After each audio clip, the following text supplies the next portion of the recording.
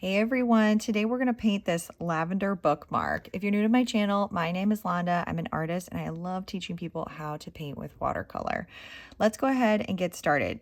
What you're going to learn today is 3 different things. So we're going to practice a little bit of color mixing. I'm going to show you how to make 2 different types of lavender, and we're also going to practice painting our leaves. So you want to grab all your materials and get your station set up. One of the things that I thought was so interesting when I was coming up with this lesson, I was trying to find lots of different pictures. So the typical lavender that you might see, and the one that we're gonna, the easiest one to paint is this type of lavender. I don't know all the names of it. I have found this really fun cheat sheet that I'll show you in just a second, but this is the main one that we're going to practice, but I'm going to show you a one step up, one level up. So if you are maybe a more intermediate painter, or you just want to just keep up with your painting skills, I will show you a second type. But this is the main one that you might think of when you're thinking about a watercolor lavender. So this sprig is pretty simple. It has purple little nodules, or whatever you want to call that, that turn into flowers. And you might think of it like this, and that's how I'll teach you how to paint it. But what happens, which is so cool, is it actually, all those little buds or nodules, whatever you want to call them, turn into flowers. So it'll flower just like this. So just wanted to let you know that what you're painting is before the flowers actually come out of those buds. So I'm going to first show you how to do a little bit of color mixing. So you might think, okay, well, lavender is pretty straightforward. I'm going to just use purple for the entire thing, which we really are, but I'm going to show you how to dull down your purple, deepen your purple, and also deepen that green in order to make it look a little bit more realistic. And also with lavender, some types of lavender have a little bit more blue in it, or excuse me, a little bit more blue, a little bit more toned down than your standard purple. So when you're making those different purples for your lavender, the colors that I'm going to be using are Dioxazine purple, Sap Green, and also Paynes gray. So you're going to want to grab all 3 of those colors. And your purple, when you are getting started, anytime that you're painting with watercolor, you always want to start really light. So just like I have here, you can make a little chart if you'd like. You don't have to, but this is a good way to practice. So this is Dioxazine purple straight out of the tube, right out of your tray. And it, if you're making your lighter purple, just add a little bit of water and then use that up. So that's how you make your light purple. This is going to be their first layer for our lavender. So our lavender is going to be done in 2 different stages. We're going to do a light layer and then we'll do a dark layer. So for this one, you're going to go for something that's a little bit more watered down. So that's just straight Dioxazine purple. Now what we're going to do, I'm going to clean my tray here really quickly. We are going to add a little bit of Paynes gray to that purple just to tone it down just a little bit. And there's a lot of different ways that you can take a color from really bright tube color to kind of a more muted or toned down color, and adding black. Typically some, people will use that. You can use the complementary color. So even if I added a little bit of yellow, that would tone it down just a touch, but it also will warm it up. So if you're looking for a warm purple, add yellow, but I'm going to keep it kind of cool with my Paynes gray, which is like a bluish black. So I'm going to show you, I'm just adding a teeny tiny amount of that Paynes gray to my purple. And you can see that is more of a standard lavender color. So if I said, okay, paint lavender, the color, it's going to look like it has a little bit of gray in it. Okay, so that is Paynes gray and your Dioxazine purple. This right here, it's the same thing. So this is just me adding more and more Paynes gray to that Dioxazine purple. And these are the colors that I'm going to use for the shadows. I'm going to use some of these lighter colors for the first layer of that lavender. So that is the purple that we're using. When you are mixing up your greens for your lavender, it's kind of the same deal. So this is tube Sap Green. That's the green that we're going to be using today. And this is just me adding more and more water. And then on this side, this is Sap Green where I'm adding Paynes Gray and a little bit of purple. And I'm going to show you why that is super helpful for something like this in just a second. And then these last two, it's a cooler green, which is Viridian. So if you're looking for that kind of really bright color, or that really bright pop of green that's still cool, I would use a little bit of Viridian.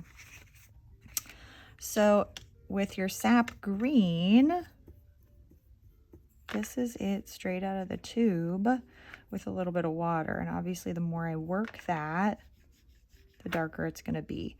Now this is the coolest thing. So if I add a little bit of my Sap Green to that purple Paynes Gray mixture, look at how nice and toned down that is. It's also going to kind of be a more unified painting if you use the colors that are already in the painting. So if I'm painting this nice Dioxazine purple and Paynes Gray lavender, if I add a little bit of that to my green, it dulls it down, but it also unifies it. So it creates this kind of central color.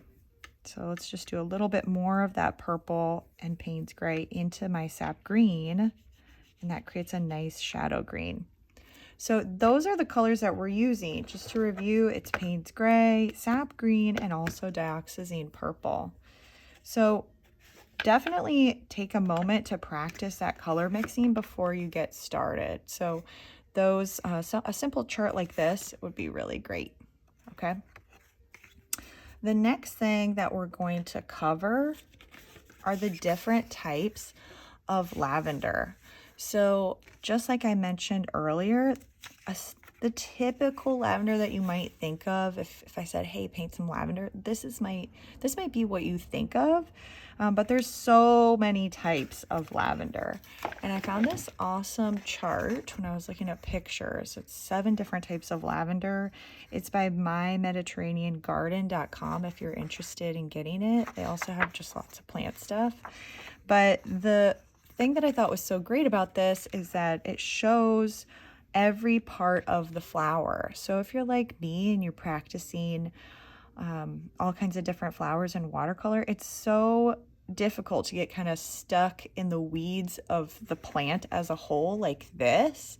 So having a chart like this was really helpful because you get to see it as a whole, as an individual, as the flower, and also the individual leaf. So you can look at patterns, colors, and kind of compare them. So I highly recommend going to this website. I thought it was really great.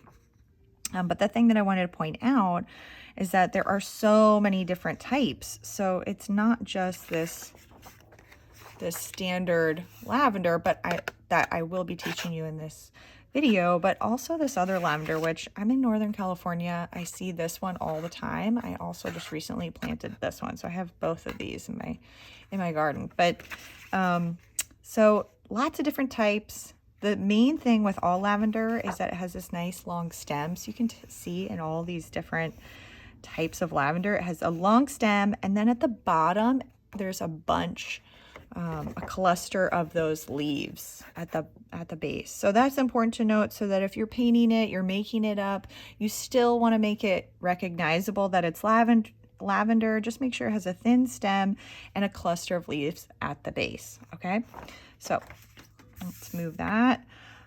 Grab another sheet of paper because I'm going to show you how to make these 2 different types of lavender.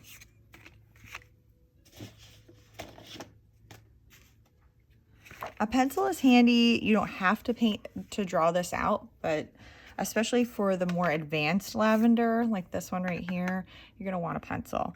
So the first lavender is that typical one, and it really looks, this is what I call like a crown technique. So if you look really carefully at my drawing, or even at the picture right here, the first 2 bits of lavender that are painted are pretty small, but each one after that almost looks like a crown shape. So that, and what I mean by that is just, you know, this is an enlarged version of what I'm doing. Imagine like Little Mermaid crown, and that is a part of your lavender. Those are going to be the flowers. So Little Mermaid crown for each one of those layers of flowers is going to be your best friend.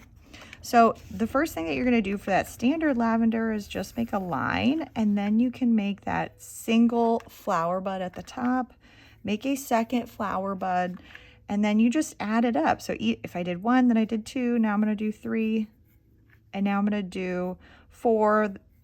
It's closer to that Little Mermaid crown, and I'm just going to keep going. Make it a little bit wider. That is really it. Look at how simple that is. Isn't that great? And then we'll paint it in, and I'll paint it exactly the same way that I drew it. So let's practice that right now. So stem first. Well, actually, oops, sorry. I didn't mean that. You want to paint your lavender first before you do the stem. You can do the base of the stem, but don't do the individual parts. You just don't want that green to overlap with the purple. So I'm going to get just a watered down purple. Remember, we're kind of closer to this lighter purple that we started out with. This has no color mixed into it. So I'm going to paint that. I'm going to paint it a little larger than that drawing. So there's that first kind of teardrop shape, and then I'll do a second one, creating a space in between. I'm going to do 3 now. That first chunk looked kind of like a heart, and then I added another curvy bit to the side. Now I'm going to do 4. 1, 2, 3, 4. Fill it in. And most of them have a pretty flat base. Now I'm going to do my mermaid crown. 1, 2, 3, 4, 5. Make sure it doesn't get too dark. That's it. Now, washing my brush out, I'm going to leave a tiny, I'm going to let that dry, and I'll come back to it in just a second to finish it off with a few simple shadows to kind of make it look a little bit more realistic. While that's drying, I'm going to show you how to do this second part, the second style of lavender. So that one is a little bit trickier. The first thing that you're going to do when you're drawing this, and let me just show you what it looks like here. So there are different sections, kind of almost looks like a pineapple. So you want to draw the outside shape that's kind of like a really long U, and then break that up into these kind of pointy crown shapes, okay, before we add these leaf shapes at the top. So first start with that oversized U. Then you're going to make, you know, that pointy shape at the bottom. Another one, about 3, how many did I do here? 4 sections. There's 4. Now I'm going to make the top section. After I did 1, 2, 3, 4, I'm going to make this one where it has a few extra points. That's going to be this bright lavender part. And you also want to make those points a little bit taller and sharper. Okay. And after I do that one, I'm going to make these leaf shapes. And a few background ones. Okay, that's really it. And then the same thing, you'd have a stem. Now, what we're going to do is paint that. And I'm going to draw it a little bit lighter than I did the first time.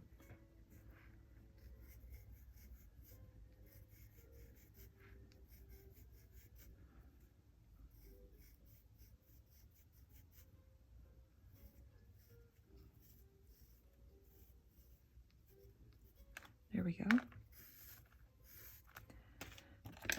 This is a little different from that first lavender. So our first layer that we're going to do is going to have some Paynes gray in it, because this type of lavender looks grayer at the base than the rest of the lavender. Okay, so see how this is a little bit grayer than that one?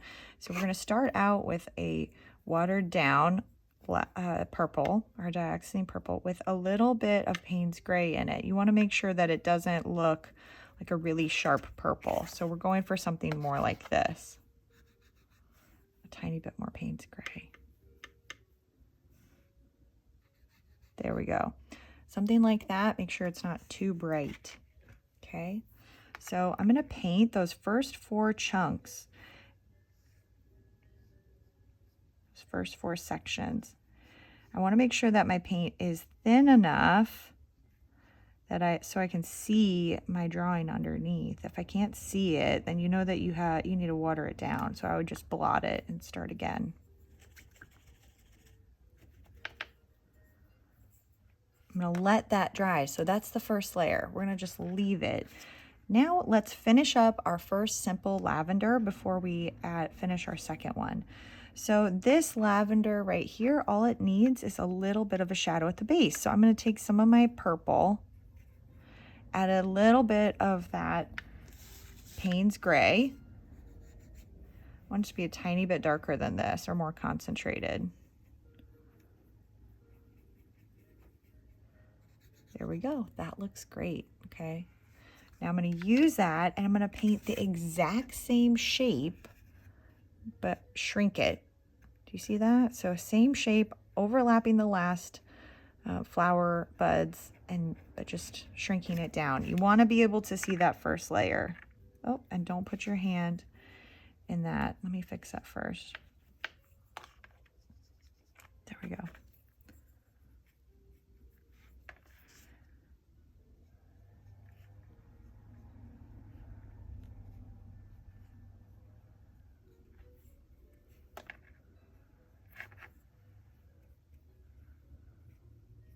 Just get a little bit more paint.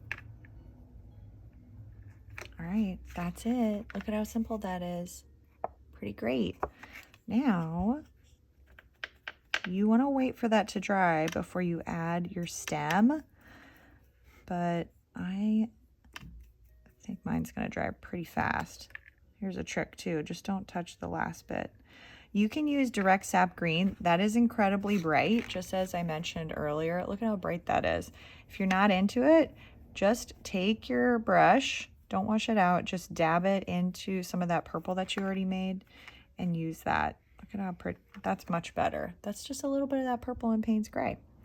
Okay, so that is your first simple lavender. Here's your bookmark. So you can go ahead and do the exact same thing on your bookmark. That's starting out with just a little light layer with those mermaid grounds.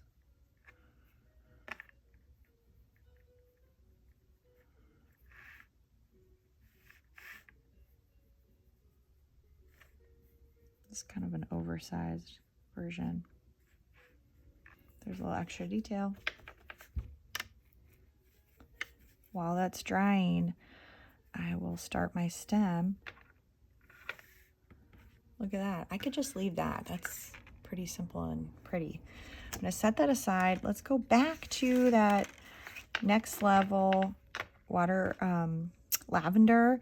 All you're going to do is take some of that Paynes gray and purple and you're going to add it to the base of the top, or add it to the base of each one of those sections. See how I'm just putting it in the base of those sections? I could leave it, or I can, with a almost dry brush, I can blend that out a bit more so that it looks more like a gradient.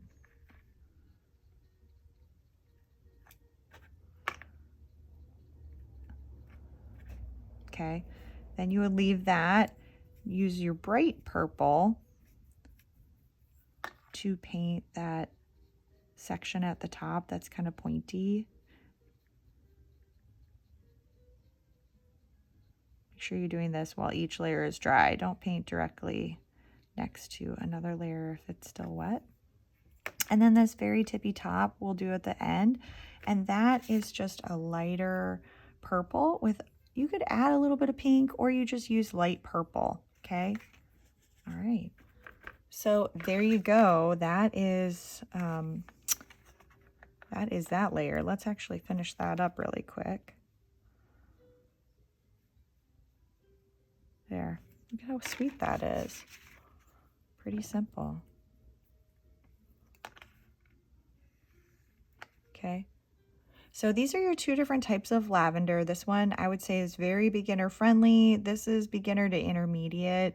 If you wanted to add even more details, then you're kind of going for an advanced lavender. So if you have been working on that bookmark while I've been sharing all these tips and tricks, you can go back to that simple lavender shape. You can add your shadows at the base, just like we did before.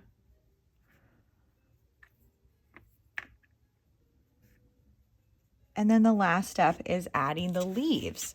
So these are two different types of lavender leaves for these two different types of lavenders. So the one that you're going to see most often is this one right here. It's very simple. It's almost just two parallel lines to create the leaves. This one's more complicated, and that is for that more complicated lavender. So these two belong together. Okay, so to make your leaves, all you're going to do, so here are the different leaves. We're using that sap green with a little bit of your purple and Paynes gray to just bring that color down a little bit. And we'll do the same thing, same color for our other leaf. So if you're painting your leaves, you always want to have that stem. That's kind of what grounds your image. I'm going to add a little bit of my Dioxazine purple to this so that I tone it down. Remember, I don't want it bright, bright, bright. If you're into that really bright color, go for it. I think it looks a little bit more realistic if you have just a little bit of that purple. After you add your stem, what you can do is you just do kind of like a really long V, like this, and then round out that end. So let's do that again. Long V, starting at the stem, round out the end. And then you can just fill it in. And always push the paint towards the stem. That's going to create a shadow, a natural shadow where the paint just kind of sits and lands. That's what happened here. So you can drop in more paint to make it darker, or you can just push the paint where you want it to sit. So let's do this again. So V, round out the top. V, round out the top, and then fill it in. It's a good method for olive leaves too, olive branch leaves. That's your typical one that we will do on our bookmark. So once you practice this style, go ahead, draw it on the base of your lavender plant. Remember, we talked about that at the start of the video. So your leaves cluster at the base of the plant.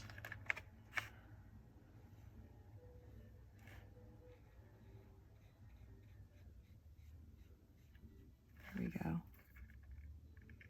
So V, and then curved bit at the top. Get a little bit more paint. V, curved bit at the top. And if you're wondering, I'm using a size 8 long brush, long round brush. That's what gives it this nice fine point. So if you're looking for something like that, that's what this is. It's a Princeton Velvet Touch. Okay, look at how sweet that is. That is a very sweet lavender bookmark. There you go. I hope you had a ton of fun with this, and post any questions that you have in the comments. Make sure that you subscribe to my channel, and yeah, hope to see you next time. Bye.